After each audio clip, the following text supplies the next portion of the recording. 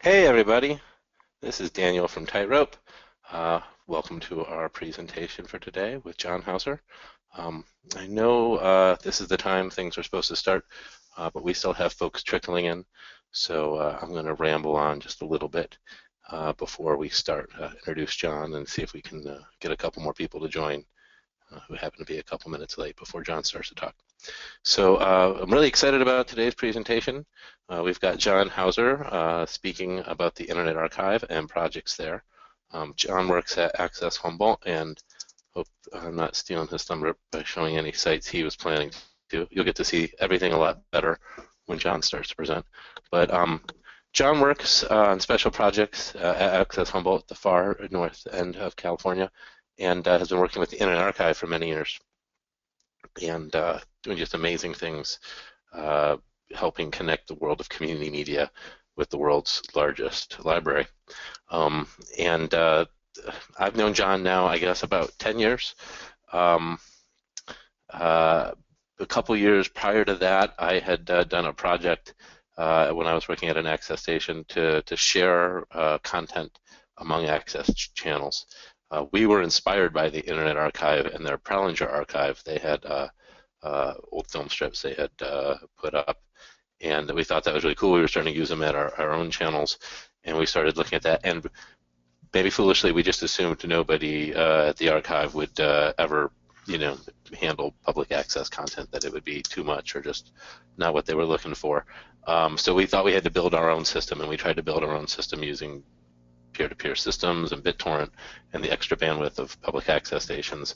And this was like 11 years ago, and it worked for a couple of people. We got a little bit of a beta, but we found that peer-to-peer was not the right solution. John ended up building, everything and beyond, all the things that we kind of thought there was no way it could ever be done in a centralized way. John found a way to help use the archive and his own skills and other people's time, and put something really amazing together. And we're really excited to present it to our Tightrope users or other folks in the paid community who want to participate. You know, so that's my little pitch of why I'm so excited to have my friend John explaining and teaching and sharing stuff today. Um, and I think other folks will join a little bit later, but we've given enough of a ramble time that John, you can take over at any moment. Oh, Actually, yeah, go really ahead. quick before we start, John, I'll go ahead and pass over the screen to you so you can get set up. But And I, before you do, John made me this beautiful mosaic of me and my child, and I never showed it properly at a patient, so I have to oh, show it off now. okay, let me put you back on, Daniel. I'm sorry, making a big. John, I presented John's solution in some form at a conference, but I never got the projector to work right. So I never got to show off that he made me this mosaic of my kid, and each one of these are thumbnails grabbed out of a YouTube channel of a local access station. I don't think we're And then seeing it, Daniel. oh well, then I'm sorry for wasting everybody's time. We should just transfer it over to John. Well, okay. Did you accept the screen share? No, I did now. I did now. I'm sorry. There you go. There we go. Woo. Yeah. Look at this. This is the kind of thing John Hauser does if you say, I'll talk about the Internet Archive at a conference. He goes, okay, here's a picture of you and your kid. Go show them this. And you go, oh, wow. And now And I'm go showing it off to you, the 48 people who are waiting for John to actually share real information. and go run your mouse over so that they can see that the tiles are from, yeah, there you go. Each of those tiles represents a YouTube video from your local access center. Pretty I cool. mean, the fact that you could do that for a senator and say, hey, by the way, these are all programs from the different cities in your constituency. We just want to wish you a Merry Christmas. Just as a way to introduce yourself. Like, this is just the coolest little, flashy thing. And it has nothing to do with the content and substance John's about to show. So I'm done talking about flashy stuff. Go ahead, John and Michelle. Right, so before we get started with John's presentation, I just want to cover a few housekeeping matters. So I'm Michelle Ali Murati. I know some of you that have joined us here, but for those of you who I don't know, I do the marketing and I'm actually also doing some cablecast sales for Tightrope now. Um, and we've been doing this PEC Experts Forum for gosh, almost a year, or maybe about a year now. And it's just a free webinar series that we do to try to help folks know more about what's going on in the industry, especially if you're not making it out to all of the trade shows. We do some vendor demos and things like that. And today is kind of a special one. Like Daniel was saying, we're really happy to be able to present John's community media archive today, because I think it's something that you all will find useful. Some of you maybe are already using it and just want to like learn a little bit more of the advanced things that you can do, make a photo mosaic of you and your kid maybe. But yeah, so if you are just joining us for the PEG Experts Forum for the first time today, we have them all archived on our YouTube channel, which is Tightrope Media on YouTube if you search it, and there's a playlist that's all of the PEG Experts Forum webinars. And this one will be joining that collection in just a few days, and because you're registered for this, you'll receive a recording from GoToWebinar, but then later on, if you want to share the YouTube link for folks who may have missed it, you can do it that way. We will be presenting, the full presentation uninterrupted, but as you have questions, go ahead and drop them into the questions box. You don't have to wait till the end, and then we will address those at the end of John's presentation. And without further ado, I will turn it over to you, John. Let me get your screen set up. There we go. Okay, show my screen, and we want to get the... Okay, so Daniel's introduced the topic of today's session, and Michelle's talked about the housekeeping. I'm going to talk about three broad areas: how to get stuff into the archive, some metadata considerations, and how to get stuff out of the archive. And in those three areas, there's more material to cover than there is time. I'm going to spend about 20 minutes covering what I usually take about 80 minutes for. This is the first time I've done a webinar without the visual and audio feedback of an audience, so it may be a little bit rocky at first. I'm going to go really fast, and I'm shooting for the Donald Duck on helium sound. So don't worry if you don't get it all in the first pass. We've got multiple resources that will exist after this webinar, and as Michelle said, the video of the session will be posted in the PEG Expert playlist on Tightrope Media Systems YouTube channel. And we also have the handouts, John. I got those posted. Yep, you've got the handouts section, and so the resources that I'm going to be going through today are the set of slides, and those are in your handout section. The URLs of interest doesn't look to be up there, but it's at the Community Media Archive wiki, which we'll talk about later and we'll give you a link to later. And then we're going to wind up actually trying to do, we're going to use a web browser and be prepared for some epic demo fail, because anytime you try and do a live demo, things don't work out. So we'll see how that goes. The PDF version of the slides have hyperlinks in them, so you can click on anything that's underlined and be taken to that link. And as Michelle said, the handouts tab of your GoToWebinar app should have those resources loaded. These resources will help you when you go back through on a second and third pass to develop your list of questions about what I said that you didn't understand, what was unclear. And we've also saved a good chunk of time at the end of after my slides for questions. So again, type your questions into the question box on the GoToWebinar app, and we'll wind up taking questions after the slides. So the Community Archive has really passed the early adopter stage. There's over 40 access centers around the country that have contributed video to it. About half of them are still contributing video on a weekly basis. And so you've got other resources than just me. You can wind up picking a center near you to ask questions about their workflow and how they do things. And a final note on expectations before we start. I want to get you psyched about archiving, but I also want you to understand that you're gearing up for a marathon rather than a sprint. I recommend that centers start out archiving their born digital media that they're currently airing and get used to how the archive works, its interface, and the interplay between metadata and how it displays. If you do this, you're going to have time to learn your lessons cheaply, and you be better prepared when you tackle a backlog project. I don't recommend that you dive into a multi-thousand tape library archiving project without first understanding the basics of working with the Internet Archive. If you want to hear more about archiving, suggest it as a workshop for your next regional conference and invite me out. When I put on regional workshops, I partner with a center in the region to use as a case study, so you've got someone in the region to ask questions of. If the planning committee for the conference doesn't know you're interested, my workshop proposals don't get selected. Okay, with those preliminaries out of the way, let's get started. And I'm going to go ahead and set an old-fashioned kitchen timer for 20 minutes, and we'll see what,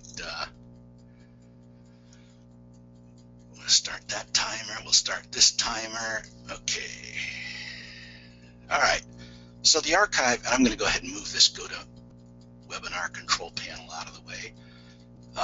So the Internet Archive is big, it's really big. And their goal is universal access to all knowledge. They've been around since 1996. Their model is a nonprofit digital public library. This link down here on the documentary is a great introduction to who they are, their personalities, what their mission is, and I recommend that access centers use this as a resource to share with their stakeholders, with their board, when you're talking about considering who to partner with, kind of why partner with the Internet Archive. This documentary gives a good sense of who they are. And let's see, that's great. We go back. Okay, we go forward. Here we go. Okay, so the Community Media Archive, I set it up about 6 years ago as an attempt to solve the video on demand problem for Access Humboldt. We didn't have enough bandwidth to be able to have members view our video. So I wasn't really interested in archiving. I was interested in distribution, and we wound up finding the Internet Archive and wound up figuring out how to make this thing, kind of how to make archiving equal distribution. It's grown to over 45,000 videos, over 40 access centers have contributed, and we've got a lot of original files up there. My vision for the archive was not only that it be an archive for each access center, that's good, but we also, from the beginning, we wanted to build in this idea of a sharing or distribution system.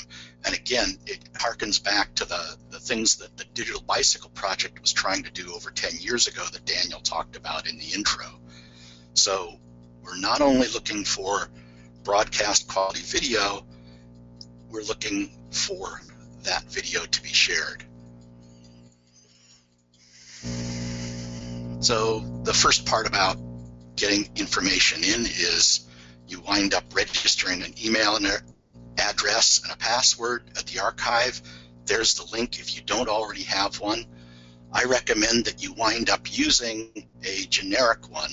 I think at Access Humboldt we use something like uploadsaccesshumboldt.net.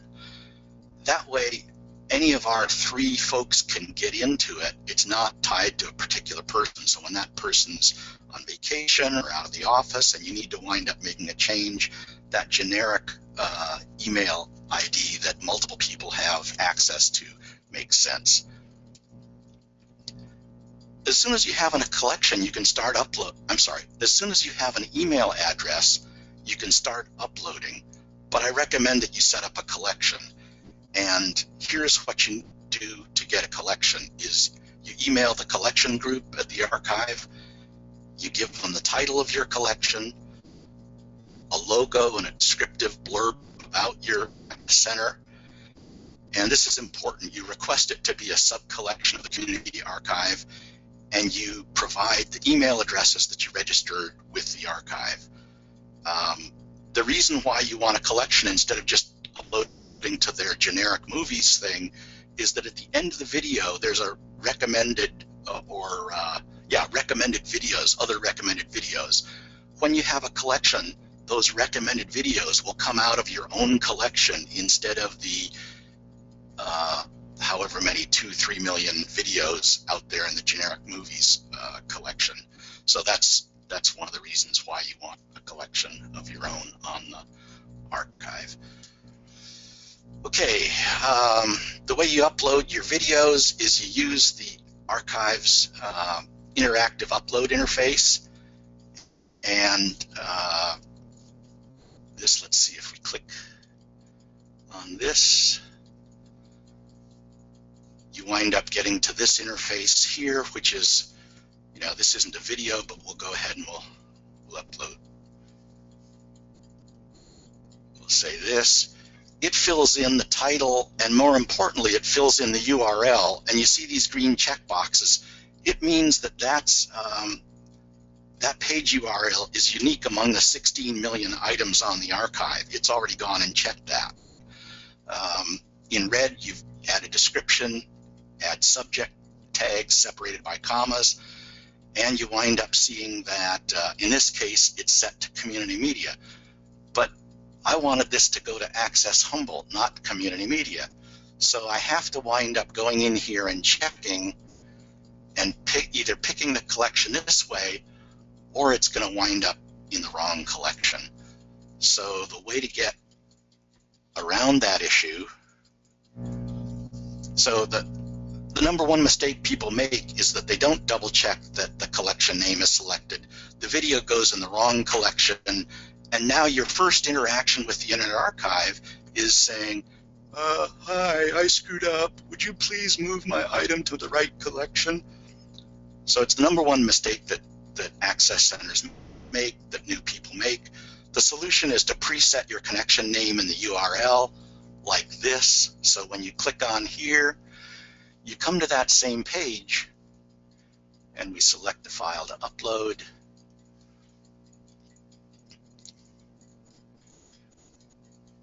But now if you check, you can see that the collection is set to Access Humboldt. And so it's in the right collection, and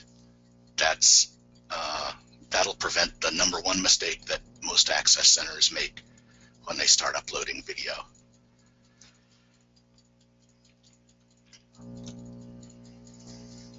Okay, we're getting a lot of, we're in transition as an industry, and so it used to be that we created 4:3 video in MPEG format, and that was good enough.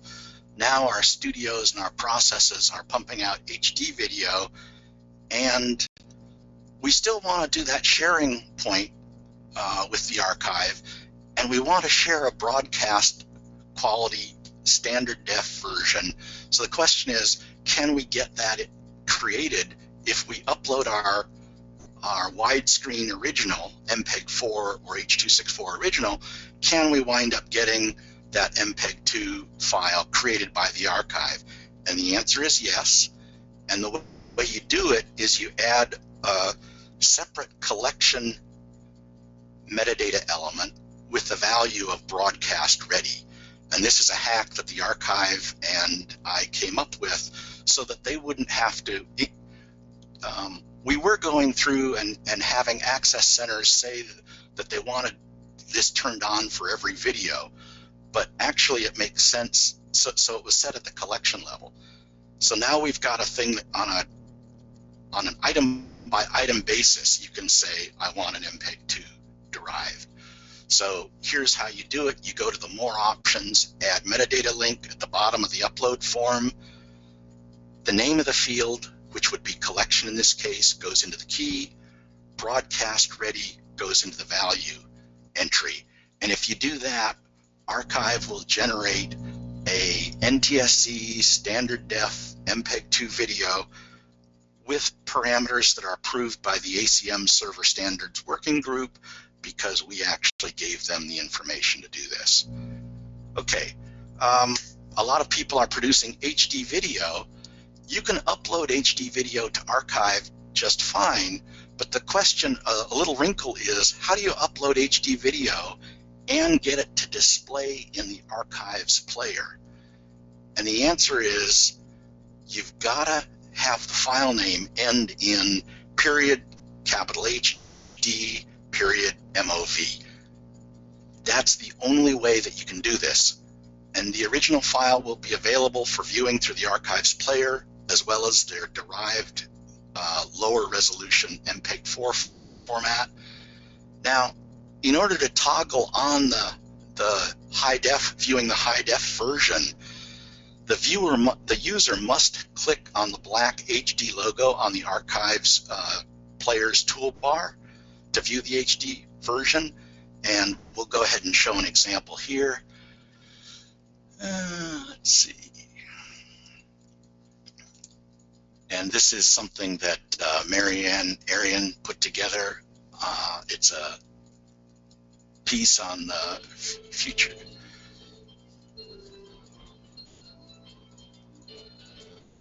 And so you can see the HD logo. Let's see if we can do it here. Nope. Okay, the HD logo is black, and if I click it, now you see the archive spinning, and now you can see the HD logo is white. Now the HD version is, I'm viewing the HD version instead of the lower resolution version. And on the download option, you can see here's the derived version that the archive, here's the original, here's a derived MPEG-2 version of it. So you can see that this, well, you can't see that this is what I'm viewing, but if you've got action or quick transitions, you'll wind up seeing that because this is set up that it's white, that's how you wind up uploading HD video and getting it to play in the player. Okay, so that kind of concludes that first broad area I wanted to talk about of how you get stuff into the archive. Now let's talk about metadata for a little bit. The archive is really, really generous. There is very little that they require. It's collection, identifier, title, description, and subject. Those are the items that are in red on that upload form. But they accept anything. And they not only accept anything you put into the archive, you can get back out through the meta XML file on the items detail page. And let's see, we'll go to that in a minute. So subjects are now called topics. They're what show up under the browse by subject keyword link for a collection, and they're what show up on the right-hand side under topics. As I mentioned before, the identifier must be unique across all items. If you use their upload form, you don't have to worry about generating that to be unique. They'll do it automatically for you. And again, the file, both the file and the identifier have naming restrictions. You can only use lowercase and uppercase letters, numbers, dots, underscores, and dashes. There aren't any spaces, parentheses, brackets, pound size, colons allowed in identifiers or file names. They're probably allowed in your playback server. They aren't in the archive. Again, if you upload through that upload form, it's going to take care of all those for you. It's going to wind up creating a file name on the archive and an identifier that's unique and meets these standards. Where you do have to take this into account is where you wind up getting into things like uploading using the bulk uploader or some other method if you program your own interface to the archive. Okay, I don't believe in best practices, but I believe in pretty good practices, and here are some pretty good metadata practices. The first one is push all your metadata to the archive. You don't want to get into a situation where your video is on the Internet Archive, the metadata is on your website, and you just link to the video. The reason why you don't want to do that is because 2 years from now, when you change your website design and you break that link between the archive, you now have your video divorced from your metadata. So as much as you have, if you take it out of an old database, an old spreadsheet, some old DOS application or FileMaker Pro flat file database back in the old days, push it all to the archive. Consider including a series metadata element. Series isn't one of the keywords that's stored in the catalog. It's not returned by the search engine. But if you ever want to get to a point where you want to say, give me all the items that belong to this series, you can wind up using a series metadata element and using that for the extraction, for the retrieval. I recommend that you wind up using a runtime element in hours, minutes, seconds format. And the reason is for the convenience of other programmers who are searching the archive, looking for video. They may decide they've got an 18-minute slot in their schedule that they want to fill, and they don't want to have to go through clicking on every video to get the player to tell them how long the video is. Runtime is included right on that details page for a video. If you include it, it gets put into the archives details page, and that's something that they did for us as well. Use multiple elements. By this, I mean just what it says. You want to have more than one subject, and you want to separated by commas in their new interface. So I'm saying put year in a subject element, station name, initials, state in separate subject elements.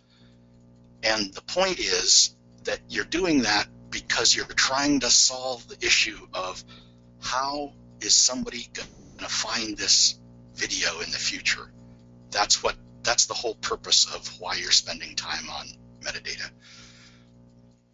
Okay, how can I subscribe to a collection or series? Every collection and the advanced search results on the archive have an RSS feed.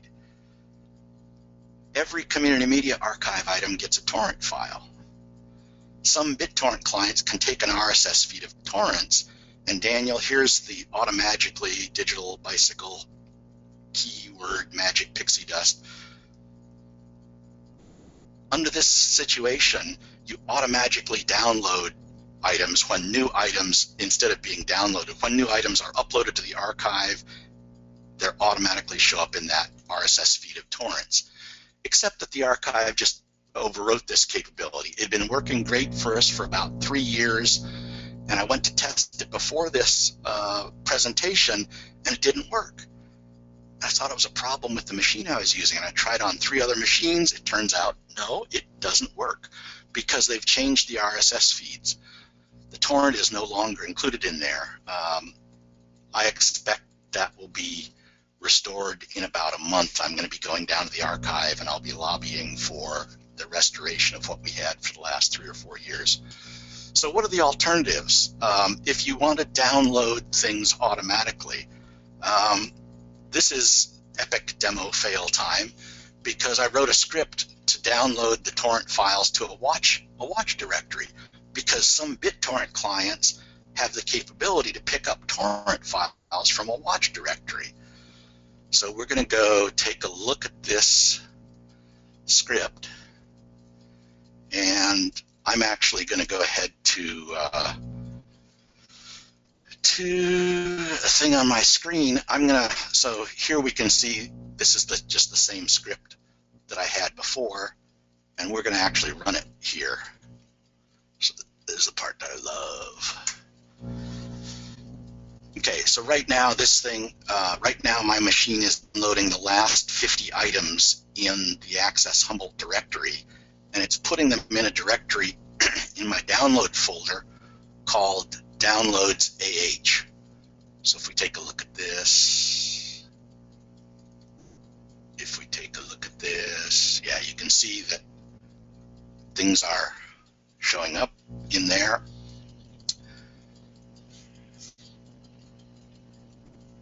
Okay, and we're done. And so now you wind up going through, and this is, again, another part of the epic demo fail. Whoops, wait a minute. Oh, Mr. Wizard. Where's my... Here we go. Okay, we're gonna launch a BitTorrent client that knows about the watch directory called Access Humboldt. So now you notice that these things are paused, which is a good thing because it would have started downloading about 200 gigs of those files. Let's see. Oh, and the other thing I wanted to show you is that the watch folder is empty now. There were 50 torrent files in there, and as soon as I wound up firing up my BitTorrent client that had it, so you can wind up, it's not as convenient as the old way of doing things, but this is a way that you can wind up automatically downloading new items as they become available in a collection or as a result of a search that you've run. So let's see, let's go back to, I want to show you one more thing. Let's go. And in this query, you can see that I'm querying, there goes my 20-minute timer. Okay, so you can see, and there goes my other 20-minute timer. Shut up. Okay, you can see that I'm querying the collection Access Humboldt, and I'm getting the last 50 items, rows equals 50. So you can wind up modifying this and saying you want to wind up doing your collection and for a certain number of rows, and then you want to change the directory that it's downloaded to, and yeah, so you can wind up modifying this script and having fun. It runs on a Mac, it runs on Linux, because those are what I use. Those are the machines I use. Let's go back to the slides. And this script, if you don't want to go the BitTorrent route, what this script does is it says just download me the MPEG-2 file and the metadata files for each of the items. So it's the same search, but instead of using torrent and the BitTorrent client, we're just going to wind up we're going to generate a download. We're going to compress a zip file with the MPEG-2 format and the metadata format. We're going to store it in downloads MPEGs. Here you go. So I only did one since I didn't want to bring 200 gigs down to my local Mac. And if we go ahead and look inside this guy, it's got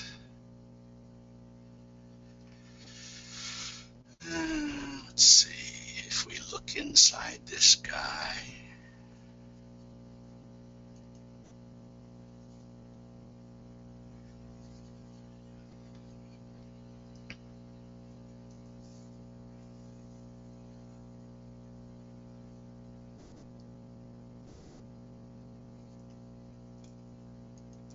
It opens, it's got the directory, and here we've got the MPEG file, and here we've got the metadata file that has all the metadata. Now, why do we want the metadata? The reason is we want the metadata because that's what you cut and paste into whatever programming system you're going to use. Okay, let's go back to, okay, so we talked about that script. Here's a list of series that are found on the archive that I'm involved with. These links are to the RSS feeds of these. So you've got the last 50 items for each of these series. Okay, so wrapping it up, how can I help? I'm excited about archiving. What can I do? Number one thing you can do is to improve the metadata. Answer that question, how is somebody going to find this item? Take the time to learn the Internet Archive's interfaces, advanced search, edit, history, item manager, and there you can talk to me about the bulk uploader item later. And you can, if you really want to help, you can help underwrite the work on the distribution access aspect of the Community Media Archive. Thanks to Brewster and the archive staff, to Sean and Access Humboldt for funding me over the last 6 years, to the access centers that have contributed video, to Tightrope Media Systems for hosting this, and finally to the Digital Bicycle effort from 10 years ago that Daniel talked about in the introduction. And let's aim for that sharing. Let's aim for distribution instead of just settling for archiving. The same set of tools can get us both. So this title screen, or this summary screen, winds up having short links to these slides, the Community Media Archive wiki, my email address, and so I'll go ahead and leave those up. And Michelle, do we have any questions? We do have a few right now. The first question is from Stuart asking, why can't you delete videos yourself from the archive? Okay. If you had done it, even administrators can't delete anything from the archive. They learned by experience. There's something, instead of deleting, they have a process called making dark. Nothing ever gets deleted because with computers it's too easy to lose information. So when you make something dark, it winds up being eliminated from the catalog and from the search engine, but it doesn't disappear. So it goes dark. If you uploaded a video, if your email address that you're logged in is the same one that uploaded the video, you can make that item dark. But you probably aren't familiar with the item manager interface that you can do it. So it's the sort of thing that this is an administrative interface. It's best to get it's best to get the archive admins involved. And the way you do that is you send an email to the info@archive.org with the identifier that you want made dark.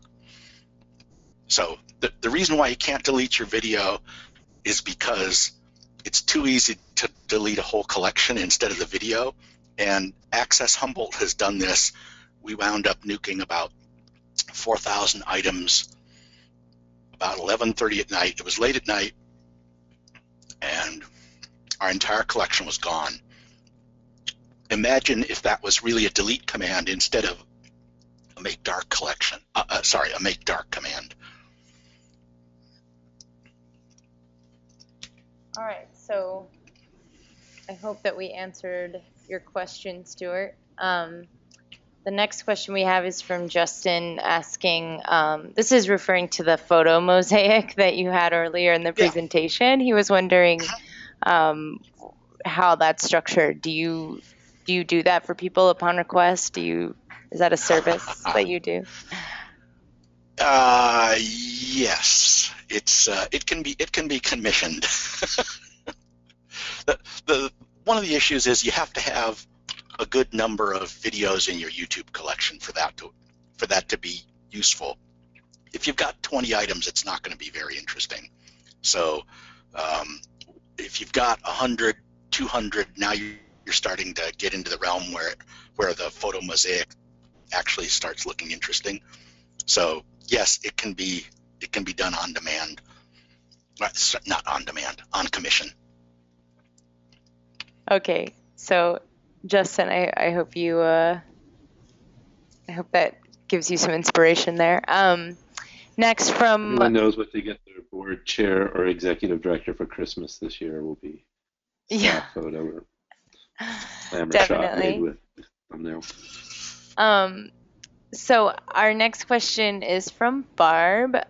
Is there a way to upload? I knew this question was going to come up, and I might make Daniel answer this. Is there a way to upload to archive directly from your Tightrope server? I think that John will be able to speak more intelligently than me, but Ray built something years ago, I think its name was Media Sherpa, that he used for his own station to upload to the archive in a very, I think it was very flat, automatic, no metadata tagging, etc. Again, John knows better than I what was implemented there. And there has been, well, go ahead, John, just go ahead. Yeah, I had a conversation with Ray at the national conference about this, and I had totally forgotten about Media Sherpa, and it turns out that Ray's been working on it. And now, if you wind up having metadata in your Cablecast 6 server, now it sucks that metadata right on through.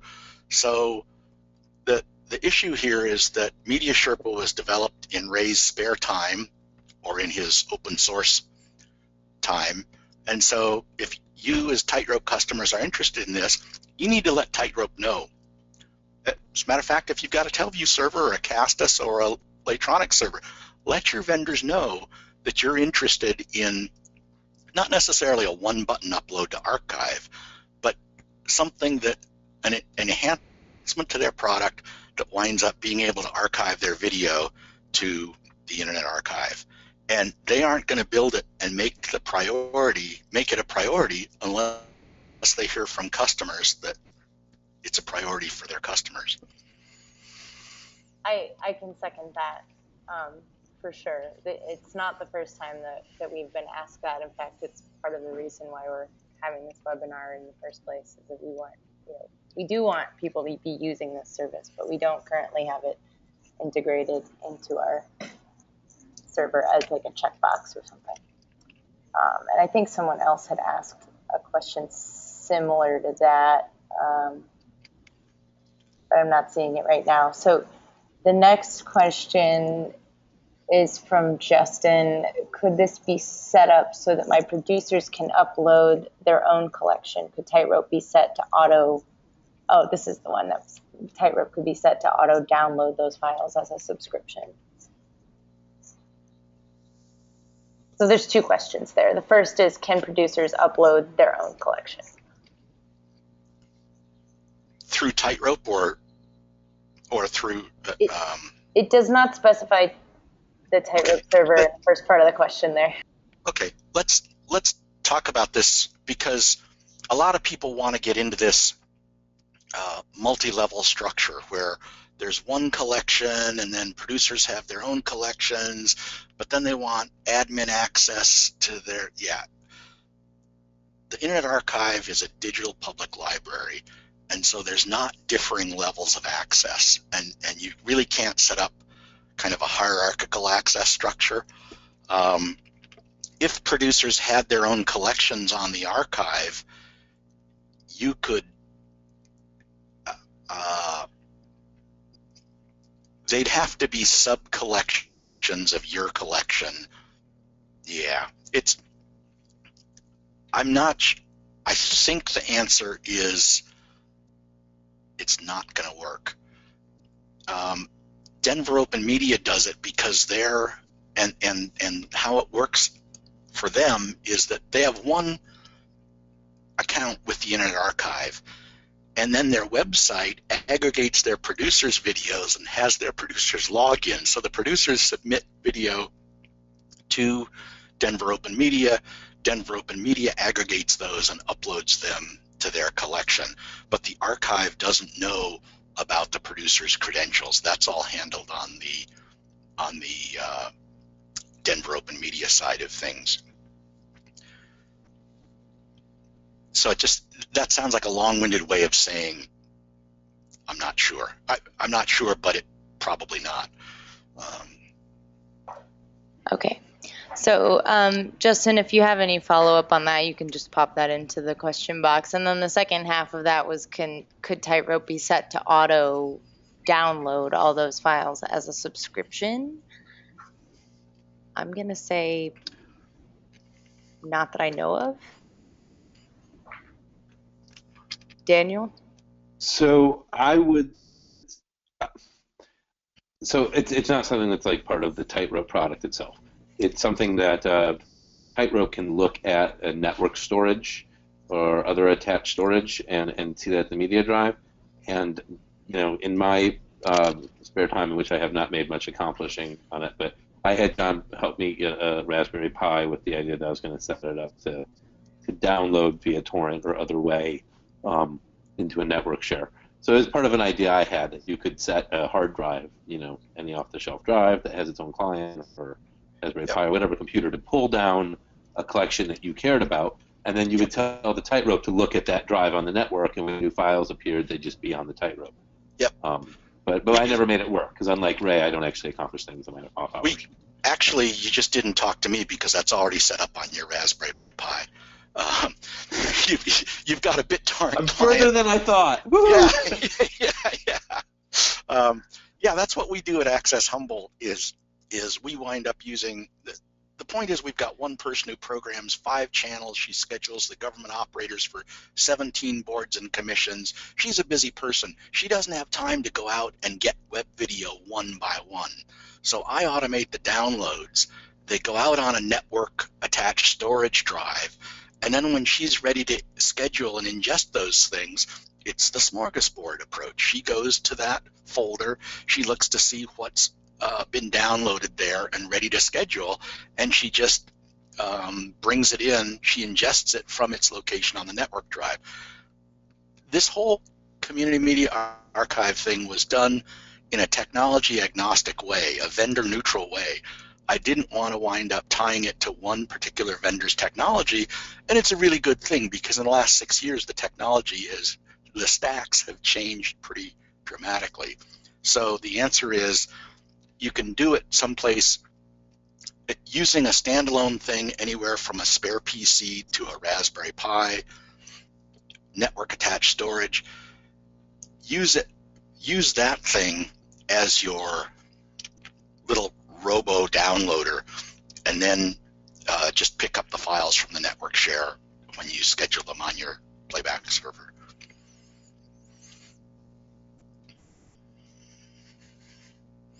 I hope that answers your questions, Justin. Again, just pop something in the question field here if there's any follow-up you want us to do on either of those items. The next is from Jeremy, asking,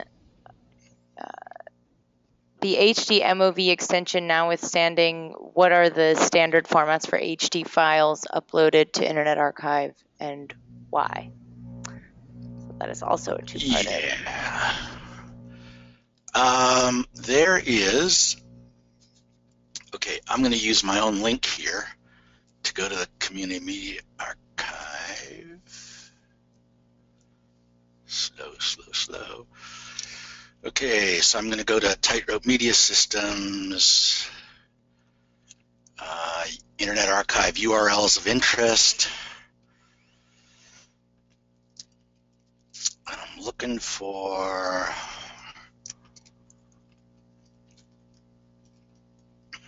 this guy here.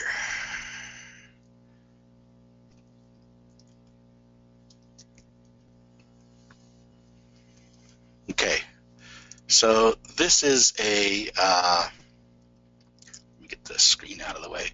Okay, so this is a bad table. This used to be a better looking table before they changed it to the new version 2 format. But this is a table that says if your source file is this, then we will try and derive the following formats. And there are little asterisks that mean something. I can't remember what they mean. This is the table of what's allowed and what they'll derive. Let's see. If it's I think the issue was, well, one thing is that there was a Jeremy from Belmont who wanted to wind up uploading his MPEG-2 high def thing because they were taking that format off of their, I can't even remember what piece of equipment it was. And my point was that the archive knows about H.264 MPEG-4 video. They know about those really well. I'd never heard of HD MPEG-2 before, and so I actually had to go look at it. I don't know what archive does with MPEG-2 high def video, but this table here that's from the archive.org help file is the table of what the formats are that they wind up knowing what to do with. And so if your format isn't on here, then it's kind of it's a question mark as to what's going to happen in terms of their items, the formats that they derive from that. For video, they automatically derive a 640 by 360 MPEG-4 format. That's the default that shows in the web viewer. the web player that they have, and they also derive a smaller OGG video format. And they went with the OGG video format because that's totally, or at that point, it was considered totally free and unencumbered by patents, whereas some of the other video formats had patent issues. So those two, the low resolution MPEG-4 and low resolution or lower resolution OGG video are the two formats that automatically get derived. And other than that, you know, it depends on what we've had people say. Can you wind up handling ProRes as an input format? Turns out, yes, they can. If you want to wind up uploading a file that's called .mp4, that's a high resolution HD MPEG-4, you can do that. If you don't do the .hd.mov, you're not going to get the high def video displaying in the player. That's the only restriction there is. But Archive will take in any video format and try and parse what it is and create its automatic derivatives from that. So I guess that's the best answer, is that the HD move format is just for getting high def video to display in the player.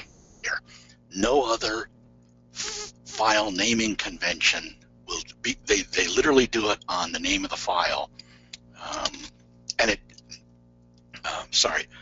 MOV format is just a container format, so it doesn't specify what the video codec is. It doesn't specify what the audio codec is. It's just a naming convention that the Archive insists on for having HD video display in the player, in the web player. If I killed that one to death. Yeah, I hope that answered the question. The next one is from James, wanting to know how an Access Center could back up their entire collection, including metadata. Yeah.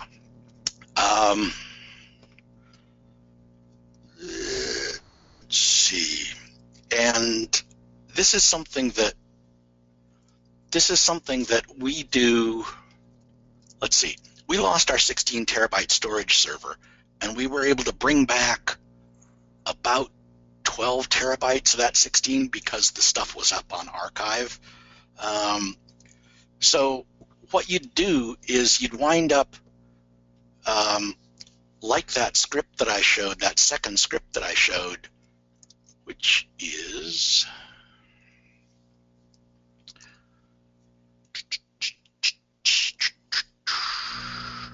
okay.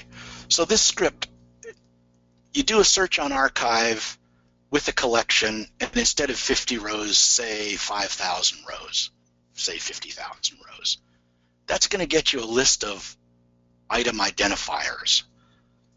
And then with that list of item identifiers, you feed it into something like this, and this script says, compress, give me a zip output format. And what you would want is you would need to know what your original format was. Was your original format, or another question is, what do you want to recover? Do you want to recover the MPEG-2s and the metadata? Do you want to recover the MPEG-4s and the metadata? Do you want to recover all of the video formats and the metadata? So you'd wind up playing around with this based on, let's see, where's nope. Okay. Just nope. Okay, fine. Be that way. Okay. So we go to an item. Sorry, collection. Sorry, I just need to put him on speaker.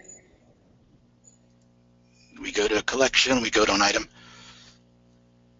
So you see show all. Here's a list of all the items that that exist for that collection.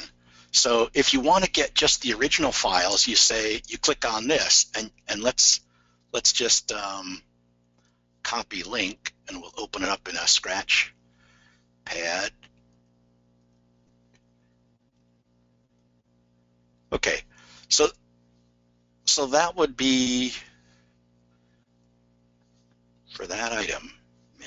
Okay, so you've got the list of items from the search you did, and then the question is, how do you know what the formats are? If all your items have been uploaded in MPEG-2 format, then you can wind up doing this, or you could wind up, if you want everything that the archive has, just say this, say formats equals archive BitTorrent, bring down the torrent files, and then use a BitTorrent torrent files to watch folder, and then use the BitTorrent client to automatically download all the files that the archive has. And that's how I would do it, is list of all the items in your collection from an advanced search field, and then this compress URL with the, here, this is what I'm calling the identifier. And then that's going to create one zip file per identifier, and that's how you get your stuff back. I wind up automatically downloading all the metadata from the Community Media Archive every night. So every meta XML file, as well as some other information about the items. So if we say show all, I talked about the meta XML file, but I didn't really go in and show you. This is what one of these things looks like, and here's your identifier. Here's the contributor, date, description, language, movies. Here's your subject field, title, and then a couple of the collection fields. So that's all the information that Archive has about your metadata. There's a files XML file that shows you in here, it's got a list of every file, including it's got every JPEG that it created for those thumbnails. It took a thumbnail every minute from your video. All that information is there as well. And you get both of those files if you say download the torrent. It's all in the torrent file, as well as all the different video formats. Okay. Probably have a minute or two left, Michelle? Yeah, and so we have a lot of questions left, and Good. I think what we could do is, GoToWebinar is going to track which ones were answered. So Okay. What we can do is we'll take one more, and then the rest of them we could have you follow up with via email. Does that work for you, John? Sure. Okay. Because they're good questions. A lot of them all were going to require a pretty long answer, and I know folks have only committed to an hour. Yeah. So this last one we have here is from Sean, and it's, could I program a channel using the CMA programs with feeds to an automated playback system? So it sounds like trying to basically program an entire channel using a feed from Internet Archive. You'd have to do a couple different things. Yeah, It would be very DIY, but I mean, it's the kind of thing you could definitely experiment with. Yeah, and then a miracle occurs. Yeah. So I had a conversation with the archive where I wanted them to stand up a couple of streaming servers, let's say 10 streaming servers inside the archive, because why, if I wanted to do a streaming channel, why should I wind up having to download the files? Why not have that all done inside the archive? And I thought it was a brilliant idea. I mean, I thought it was a really brilliant idea, and it just fell flat. They didn't get it. They didn't see the point. They didn't. So, okay, 3 months later, I tried again, and it fell flat. So, you pick your battles. You could use RSS feeds to get the items. You could use BitTorrent files to get the files. But what you might be asking is, or we just came across this recently, is how do I make a playlist of multiple items inside the archive and then have that play out? and we couldn't figure out a very good answer. We meaning a couple of people that use the archive. And so we submitted the question to the archive folks, and I'm going to be going down there in a couple of weeks and talking with them, because that's not an unreasonable request. You may have 6 videos that live on the archive that you want to play one after the other, and downloading the files doesn't seem to make a lot of sense. There should be some sort of control, like there is in a music playlist, for a video playlist. And the answer is, I don't know how to do that. But when I do, then you're going to see John's pretty good community media channel, curated by John.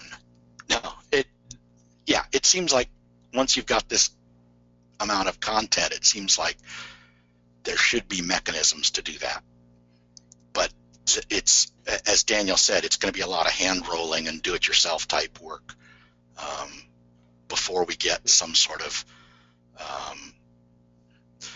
a couple of pieces changed on the archive side, and then it'll still be a do-it-yourself thing, but it should be a lot easier. But as an experimental do-it-yourself, if somebody had an extra channel, they could just download a random assortment of archive content, have it automatically in an area where the server sees it, and have it adjust with an API to use a particular project, and then use our automated option where we can say fill all gaps for like a week with stuff out of this project. And they could have a channel that every moment is scheduled with a random video that had been downloaded from the archive. It's just kind of DIY to have something that would be kind of randomized. Yeah, we at Access Humboldt, we use a radio station software called Airtime to wind up providing the music for our bulletin boards. Oh, nice. And so it's kind of that idea, but using video instead of audio files. It's an interesting project for someone to take on, for sure. But I guess the answer to the question, though, is that it hasn't been done yet and could potentially. And as soon as John wants to host all the streaming at his station, right? So we are about 4 minutes past the hour, so we'll go ahead and close here, I think.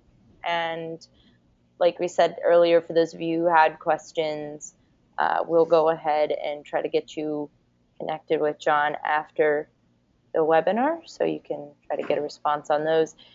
Thank you again for joining us. We do, like I said, have a recording coming of this webinar, and I will try my best to, for the YouTube version, do a log so it's a little easier to skip around from topic to topic, or at least from presentation to questions. And there'll also be a survey that you'll be prompted to fill out after this webinar, and we'd really appreciate it if you gave us some feedback on how things went today. John, did you have any other things in closing that you wanted to add? No, just that let's get that last slide up there for one last look at what the links are. Email me at john@accesshumboldt.net with your questions. Yeah, I hope to see a lot of you up on the Community Media Archive in the near future. Thank you. Thanks, everybody.